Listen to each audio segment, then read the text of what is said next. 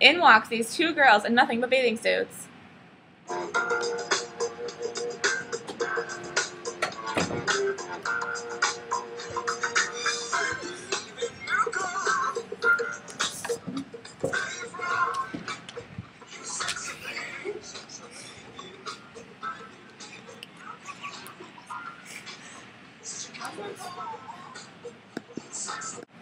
I'm in the third checkout slot with my back to the door, so I don't see them until they're over by the bread. The one that caught my eye first was the one in the plaid green two-piece. She was a chunky kid with a good tan and a sweet, broad, soft-looking can with two crescents of white just under it, where the sun never seems to hit, at the top of the back of her legs. I stood there with my hand on a box of Hi-Ho crackers, trying to remember if I rang it up or not.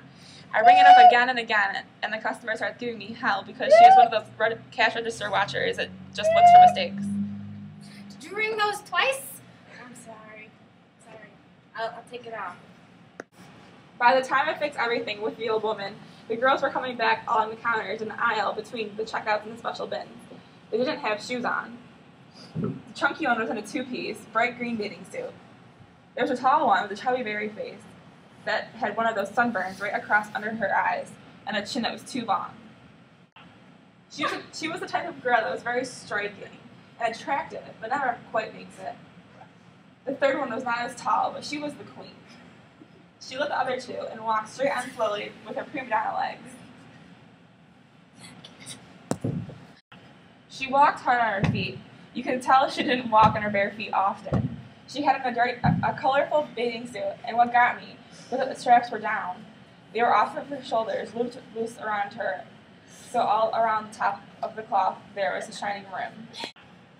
You know, it's one thing to have a girl in a bathing suit down on the beach, where with the glare nobody can stare at each other much anyway, and another thing in the cool of the A&P under the fluorescent lights against all those stacked packages with her feet paddling along naked over our checkerboard green and cream rubber tile floor. As I say, we're right in the middle of town, and if you stand at our front doors, you can see the two banks and the Congregational Church and the newspaper store and 3 real estate offices and about 27 old freeloaders tearing up Central Street because the sewer broke again. It's not as if we're on the Cape. We're north of Boston, and there's people in this town haven't seen the ocean for 20 years. The girls go to the meat counter and ask McMahon something. After a while, they come out around the far aisle around the light bulbs. Discount records of the Caribbean 6 or Tony Martin sings. 6 packs of candy bars and plastic toys done up in cellophane that fall apart when kids look at them anyways. Queenie leads the way with a gray jar in her hand. She approaches my counter with the gray jar, and I wonder where the money is coming from. She lifts a folded dollar bill out of her hollow at the center of her nubbled pink top. In walks Langle. Girls, this isn't a beach. My mother asked me to buy some herring snacks. That's alright, but this still is not a beach. We weren't doing any shopping. We only came in for one thing. That makes no difference. We want you decently dressed when you come in here. We are decent. Girls, I don't want to argue with you. After this, come in here with your shoulders covered. It is our policy. I increased the bill, tenderly as you may imagine.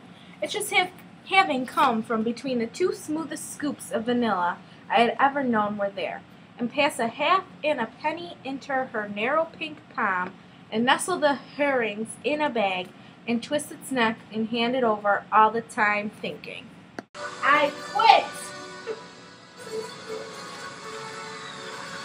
I said it loud enough for the girls to hear me, hoping they would stop and watch me, but they keep on going, into the electric eye. The door flies open and they flicker across the lot, into their car, leaving me with Lango.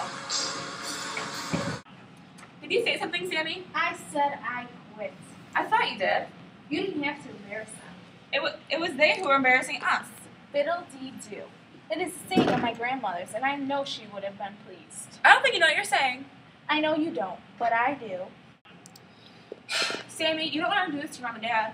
It's true, I don't, but it seems to me that once you begin to dress her, it is fatal not to go through with it. I folded my apron, Sammy stitched in red on the pocket, and put it on the counter and dropped the bow tie on top of it. You'll feel this for the rest of your life. I know that's true too, but remembering how you made that pretty girl blush makes me so scrunchy inside.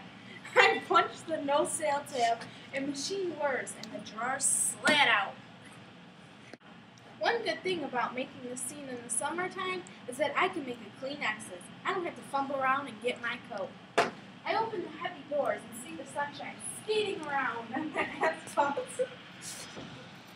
I look around for my girls, but they're gone, of course.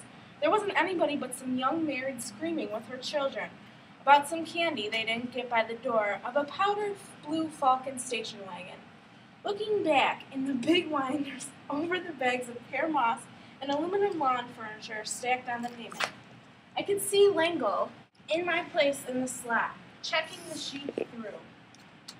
His face was dark gray, and his back stiff as if he had just had an injection of iron, and my stomach kind of felt as if I felt how hard the world was going to be to me hereafter. My name's Abby, and I played Queenie. My name is Madeline, and I was the fat girl who followed Queenie. My name's Kelly, and I was the manager and the butcher. My name's Lisa, and I was Sammy. In A&P, cultural criticism is supported. The manager doesn't agree with the way the girls are dressed. It wasn't something he was used to seeing due to him being older. The younger guys are used to it because that's how their generation was raised. It was like they were immune to it. The girls were treated differently than the other customers because of their attire.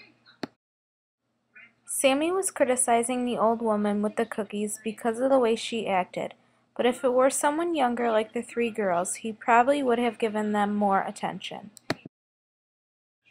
Sammy stands up to his manager in defense for the girls because he does not think they did anything wrong. Judging each other's generations, neither of them are used to each other's ways because of their different cultures while growing up.